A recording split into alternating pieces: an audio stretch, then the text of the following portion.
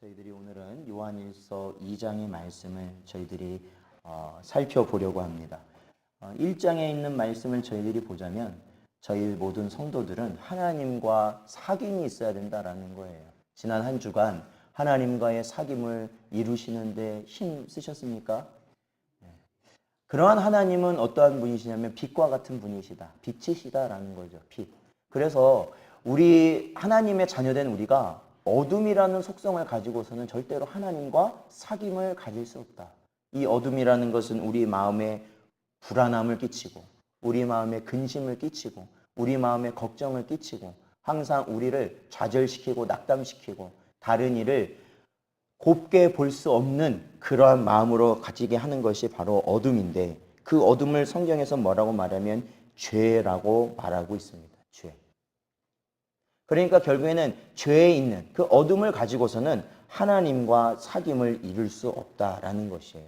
그래서 저와 여러분이 어떻게 해요? 날마다 주 예수 그리스도 앞에 우리의 죄를 고백하고 우리의 마음과 행동으로 지었던 죄들을 하나님 앞에, 주님 앞에 용서함을 얻어서 언제나 하나님과의 사귐을 이루어야 된다라는 겁니다.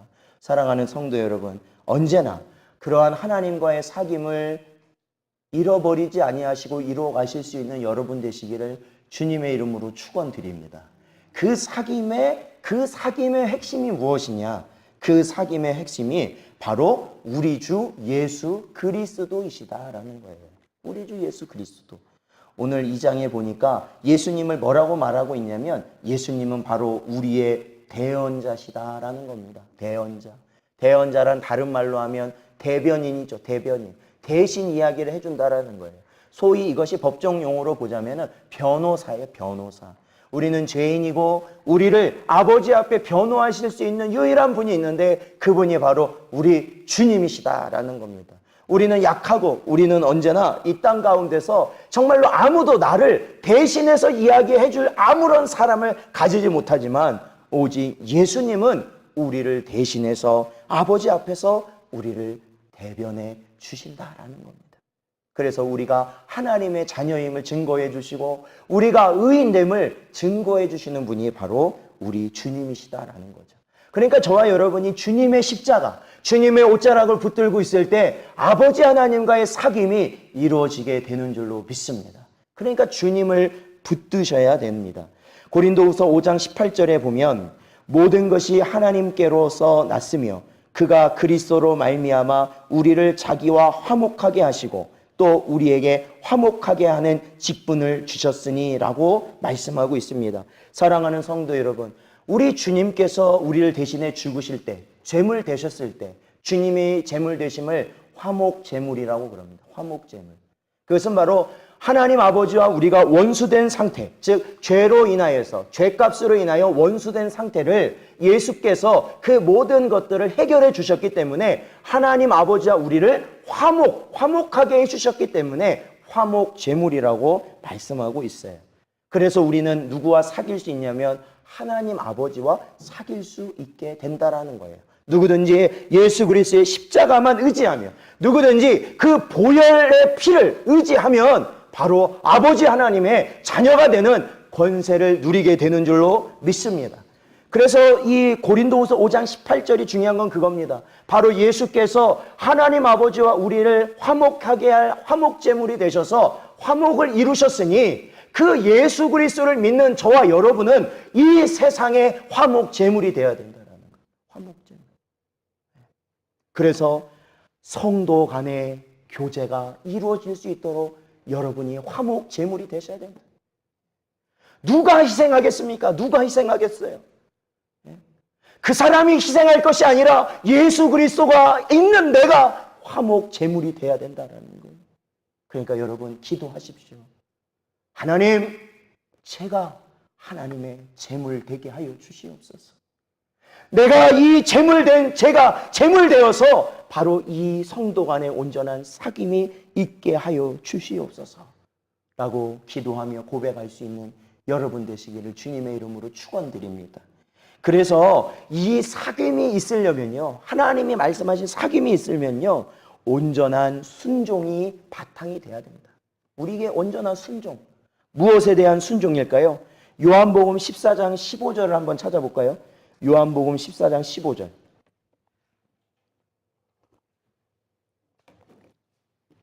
요한복음 14장 15절 말씀입니다.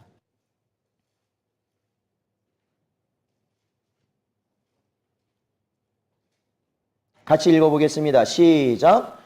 너희가 나를 사랑하면 나의 계명을 지키라. 아멘. 그렇습니다. 우리가 사귐이 있기 위해, 하나님과의 사귐, 성도 간의 사귐이 있기 위해서는 저와 여러분이 어떻게 해야 돼요?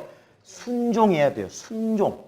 어떤 것에 순종해야 돼요? 주님이 말씀하신 것에 순종해야 돼요. 그것을 주님께서 우리에게 주신 새 계명이라고 말하지 않습니까? 그 새 계명이 뭐예요? 너희가 나를 사랑하면 나의 계명을 지키라. 나의 계명은 이것이니 서로 사랑하라라는 겁니다. 서로 사랑하라.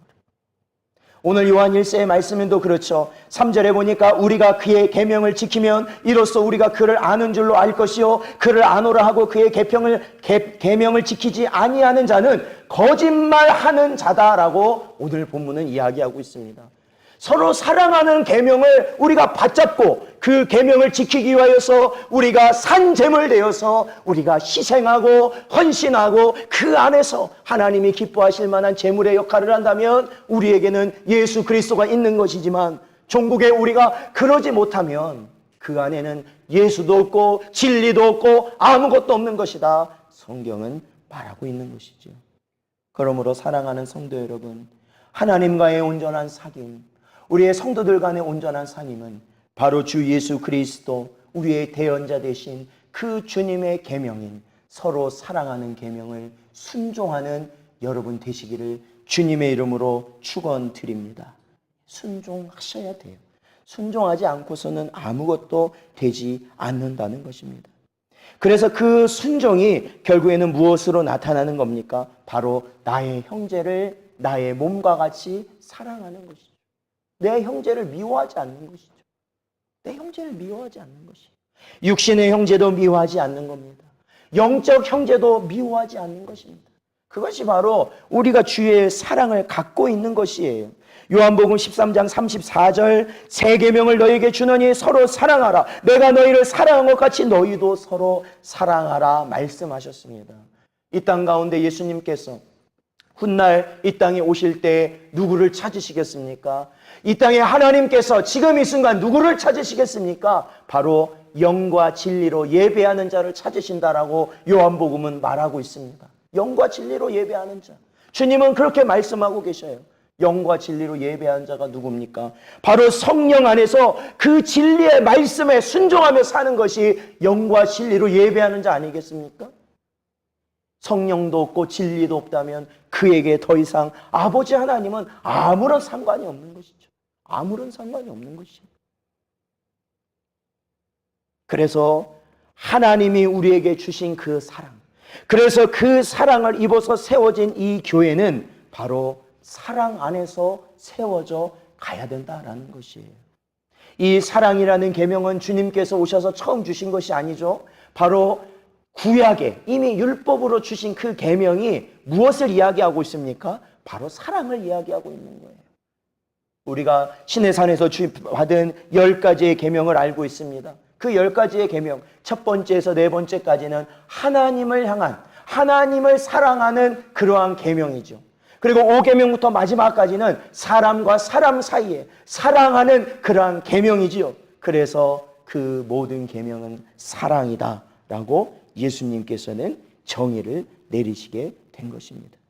그래서 결국 사랑하는 성도 여러분, 죄라는 것, 결국 1장에서 말하는 죄라는 것, 그것은 무엇일까요? 그것은 바로 사랑하지 않는 것이 죄입니다. 사랑하지 않는 것이 죄입니다. 사랑하지 않는 것. 나는 저 사람 미워하지 않아요. 나는 저 사람 교회에서 만나도 신경 쓰지 않아요. 나는 저 사람 직장에서 만나도 신경 쓰지 않아요. 괜찮아요. 그것은 괜찮은 것이 아니에요. 사랑의 반대가 뭐입니까? 사랑의 반대가 뭐예요? 미워하는 거예요? 아니에요. 미워하는 것도 감정이 있어야 미워하는 거예요. 사랑하는 거에 반대는 무관심. 철저히 무관심. 없는 사람 취급하는 거예요. 없는 사람 취급하는 거예요. 그렇게 취급해서 내 마음이 좋기 때문에 나는 상관없다라고 생각하신다면 그 역시 죄라고 성경은 말하고 있습니다. 그 역시 죄라는 거예요. 마태복음 5장 38, 40절 또 눈은 눈으로 이는 이로 갚으라 하였다 하는 것을 너희가 들었으나 나는 너희에게 이르노니 악한 자를 대적하지 말라. 누구든지 내 오른편 뺨을 치거든 왼편 돌려대며 또 너를 고발하여 속옷을 가지고자 하는 자에게 겉옷까지도 가지게 하며 라고 성경은 주님은 말씀하고 계십니다. 그리스도인들은 죄를 범하는 것도 잘못이지만 적극적으로 우리가 사랑하지 않는 것도 잘못이라는 겁니다. 나 몰라라 하는 것 잘못이라는 겁니다. 그래서 저는 우리 신성 전원교회가 그러한 잘못을 저지르는 우를 범하지 않기를 소망합니다. 우리가 교회의 이름으로 주님의 이름으로 이곳에 세워진 이 교회를 세우셨다는 것은 그저 우리만 잘 먹고 잘 살고 은혜 받고 기쁘라는 것이 아니라 하나님께서 이 지역에서 하나님께서 이 교회를 통하여서 어렵고 헐벗고 고통받는 그 한 사람을 향하여서 나아가라고 주님이 세우신 것이라는 거예요. 나아가라고. 비록 우리는 아직 연약하여서 큰 것을 나눌 수는 없습니다. 세상의 큰 교회들처럼 많은 사업을 할 수는 없습니다. 그렇지만 내가 먹는 것 그 하나 다 먹지 말고 그것을 어려운 한 사람과 나누자는 겁니다. 한 사람과 나누자. 왜요? 그것이 주님이 말씀하신 거니까. 그것이 이 땅에 주님께서 교회를 세우신 이유시니까. 그것이 바로 십자가를 걸고도 우리가 창피하지 않을 수 있는 그러한 모습이니까 그렇습니다. 사랑하는 성도 여러분, 이 시간 우리가 예배를 하면서도 우리의 마음속에 아직도 풀지 못할 어둠이 자리하고 있다면 여러분, 그것은 굉장히 위험한 것입니다. 영적으로 볼 때 그것은 굉장히 위험한 것입니다. 왜요? 오늘 성경 말씀은 어둠이 있다면 그 어둠은 우리의 영적인 눈을 멀게 만든다고 말하고 있습니다. 오늘 본문 말씀 11절을 같이 한번 읽어보겠습니다. 2장 11절 말씀 같이 읽어보죠. 시작. 그의 형제를 미워하는 자는 어둠에 있고 또 어둠에 행하며 갈 곳을 알지 못하나니 이는 그 어둠이 그의 눈을 멀게 하였음이라. 그렇습니다. 여러분, 이 눈을 먼다는 의미는요, 단순히 우리의 육신의 눈이 보이지 않음으로 생기는 눈의 멍이 아닙니다. 여러분 아마 그런 걸 보신 적이 있죠? 어느 하나에 소위 말하면 꽂힌다. 뭐가 하나에 꽂혔다. 그러면요, 다른 거 보이지 않습니다. 그 꽂힌 것만 보는 겁니다. 어떤 사람은 도박에 꽂히고요. 어떤 사람은 이 세상의 쾌락에 꽂히면요, 다른 것 보이지 않습니다. 돈을 벌어요? 다 거기에 쏟아붓습니다. 시간이 있어요? 다 거기에 쏟아붓습니다. 몸이 좀 건강해요? 다 거기에 쏟아붓습니다. 왜요? 거기에 꽂혀서 그래요. 거기에 꽂혀서. 그런 사람을 보고 말하죠. 아이고, 저 사람 눈이 멀었네, 멀었어. 마찬가지예요. 우리의 마음에 어둠이 있잖아요. 그러면 그 사람은요, 그 어둠으로 인하여 영의 눈이 멀어버립니다. 아무리 주의 말씀으로 공고해도 자신의 갈 길을 자기가 정하고 있습니다. 절대로 그것은 안 된다고 이미 기준을 내리고 있죠. 마태복음 15장 14절 예수님께서는 그들을 향하여 이렇게 말씀하십니다. 그냥 두어라. 저희는 소경이 소경을 인도하는 자로다. 만일 소경이 되어 소경을 인도하면 둘이 다 구덩이에 빠지리라 하신대 라고 말씀합니다. 사랑하는 성도 여러분, 목사에게 가장 어려운 게 뭔지 아십니까? 목사에게 가장 어려운 거. 내 편을 만들지 않는 것이 가장 어렵습니다. 나에게 조금 잘해주는 분, 아니면 나를 조금 어려워하거나 싫어하는 분, 그 편을 내 편으로 나누지 않는 것이 가장 어렵습니다. 그게 목사의 자리거든요. 그렇게 나누지 않아야 되거든요. 그런데도 사람이다 보면은 그럴 때가 있잖아요. 사람이다 보면 그럴 때가 있어요. 말을 더 하고 싶은 사람이 있는 반면에 말도 안 하고 싶은 사람도 있을 수 있다는 거예요. 그것이 뭐예요? 사단이 목사 안에서도 움직이는 사단이 도구로서 사용하려고 하는 거예요. 사랑하는 성도 여러분, 목사가 그 마음속에 미움을 가지고 교인을 대한다면 아무리 좋은 말을 하고 아무리 진리를 얘기한들 그것이 소경을 인도하는 꼴이 되고 만다는 것입니다. 소경을 인도하는 것. 결국엔 모두가 멸망의 구덩이로 가게 된다라는 것이에요. 사랑하는 성도 여러분, 이 시간 여러분은 그런 어두움에서 해방되시기를 주님의 이름으로 축원드립니다. 어둠에서 해방되셔야 돼요. 나의 멀어진 눈들이 띄어지셔야 된다라는 것입니다. 오늘 본문 말씀 12절에서 14절에 보면은 이러한 저희들에게 우리의 신앙 성숙의 길을 보여주고 있는 단계들이 나타나 있습니다. 성경에서는 여러 곳에서 바로 우리의 신앙을 자라나야 된다라고 말하고 있습니다. 에베소서 4장 13절, 우리가 다 하나님의 아들을 믿는 것과 아는 일에 하나가 되어 온전한 사람을 이루어 그리스도의 장성한 분량이 충만한 데까지 이르라 라고 말씀하고 계십니다. 그렇게 되기를 주님의 이름으로 축원드립니다. 빌립보서 2장 12절, 그러므로 나의 사랑하는 자들아 너희가 나 있을 때뿐 아니라 더욱 지금 나 없을 때에도 항상 복종하여 두렵고 떨림으로 너희 구원을 이루라 라고 말씀하고 계십니다. 우리의 구원을 이루어 가라라고 말씀하고 계셔요. 성화의 가정을 말씀하고 있는 것이죠. 저희들 본문 말씀 12절과 14절에서는 이러한 영적 성숙의 단계를 잘 표현해 주고 있습니다.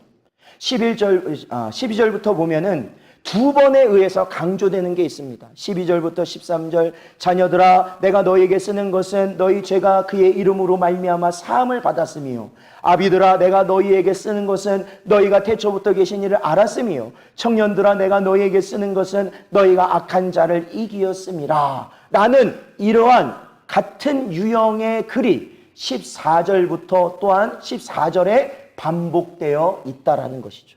반복되어 있어요. 내용은 약간 다르지만 이것은 단순히 교회 안에 어린 아이들과 나이 든 분들과 청년들을 향해서 말했다기보다는 이것은 그 안에 있는 영적 수준의 단계별로 바로 사도 요한이 권면하고 있음을 말하고 있습니다.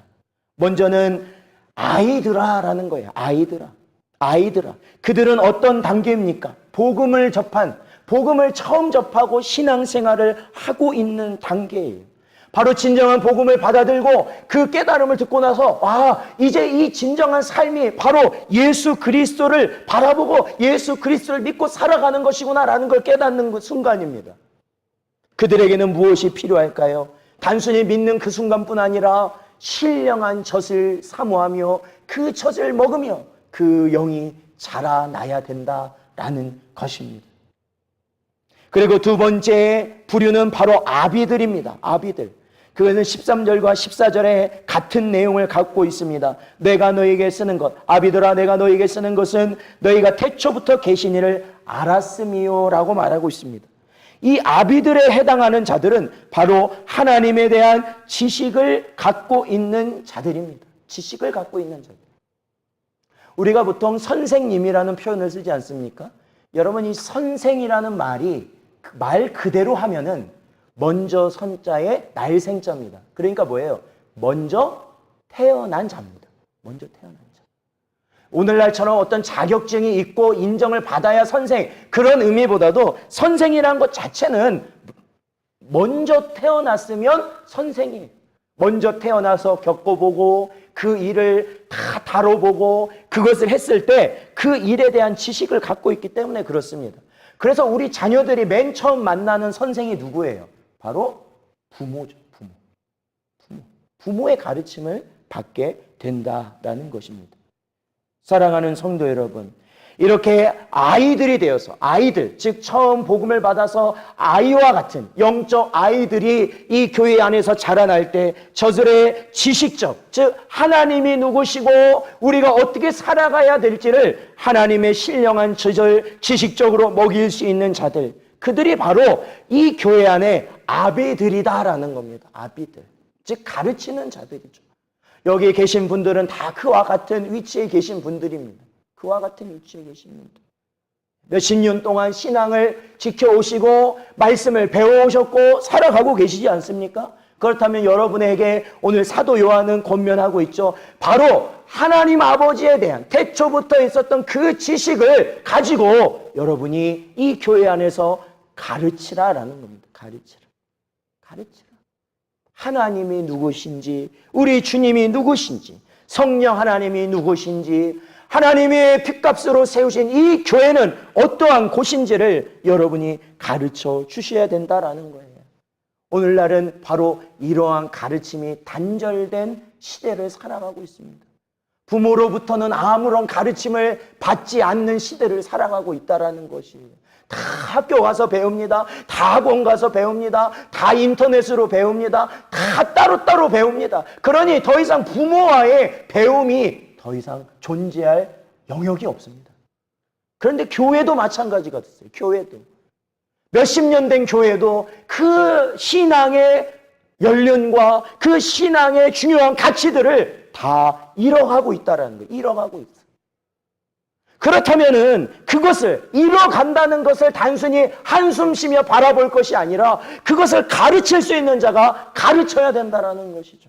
가르쳐야죠. 그래야 이어져 갈 거 아닙니까? 시대가 바뀌어서 바뀔 것은 바뀌겠지만 중요한 것들은 이어져 갈 거 아닙니까? 그것을 모두가 나몰라라 한다면은 결국에는 가장 중요한 것을 교회는 잃어버리게 되고 말 것이다 라는 겁니다. 사랑하는 성도 여러분, 지식을 가진 아비드라에 해당하는 우리 모든 성도 여러분, 지식을 배우시고 가르치심에 부족함이 없는 여러분 되시기를 주님의 이름으로 축원드립니다. 세 번째 단계는 누구냐면 청년들아라고 부르는 것입니다. 13절에 보니까 청년들아 내가 너희에게 쓰는 것은 너희가 악한 자를 이기었음이라. 14절에도 나오는 청년들아 내가 너희에게 쓴 것은 너희가 강하고 하나님의 말씀이 너희 안에 거하시며 너희가 흉악한 자를 이기었다라고 말하고 있습니다. 바로 이 청년들에 해당하는 것은 영적 전투에서 이기는 자를 의미합니다. 여러분, 우리가 복음을 처음 받고요, 하나님의 말씀을 지식의 신령한 저주로 우리가 받고요, 우리가 궁극적으로 이루어야 될 것은 영적 전쟁에서 이기는 겁니다. 이기는 것. 진리의 말씀을 통하여서 성령의 검을 통하여서 우리가 전신갑주를 입고 이 세상 가운데 살아갈 때 오는 수많은 영적 전쟁들에서 승리하는 것입니다. 그들이 바로 교회의 청년들입니다. 청년들은 단순히 나이만 어리다고 청년이 아닙니다. 갈렙이 제가 이 산지를 내게 주시옵소서라고 말할 때 어떤 젊은 사람도 그렇게 고백하지 않았습니다. 그 나이 갈렙 80세. 그게 바로 청년인 거예요. 그게 바로 청년.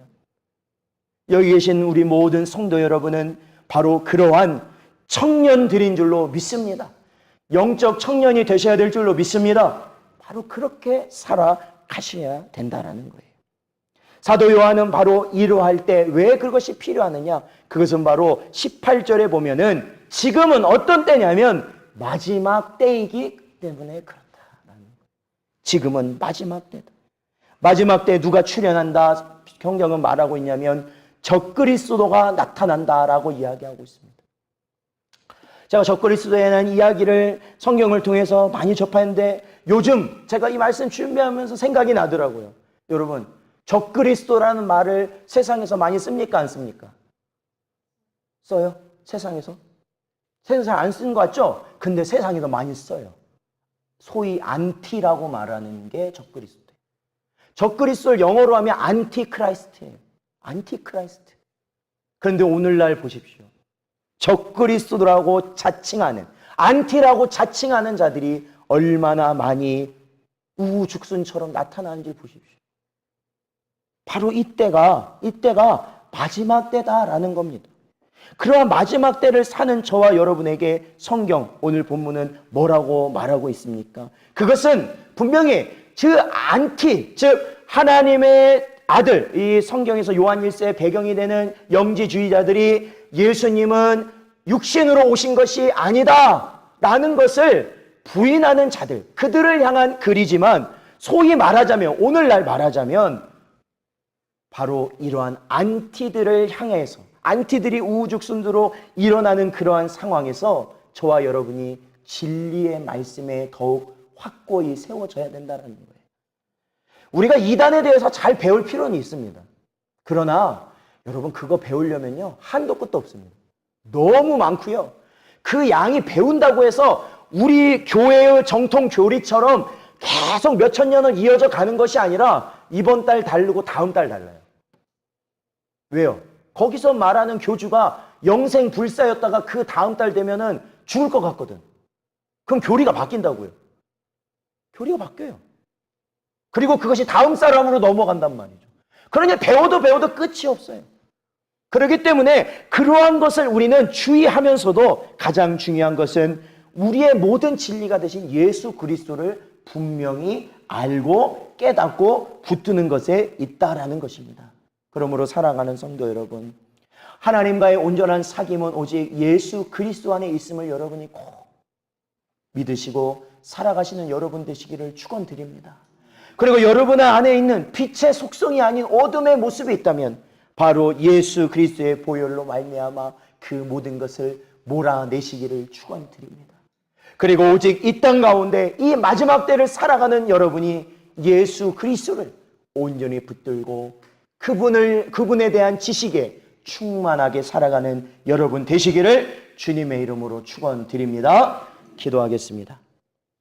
하나님 감사합니다. 이 한 시간에도 저희들 붙들어 주셔서 주의 말씀 주셨는데 온전히 이 땅 가운데 오직 하나님과의 사귐이 이루어지게 하시고 우리 주변의 모든 자들과의 사귐을 이뤄나갈 수 있는 저희 모든 성도들 되게 하여 주시옵소서.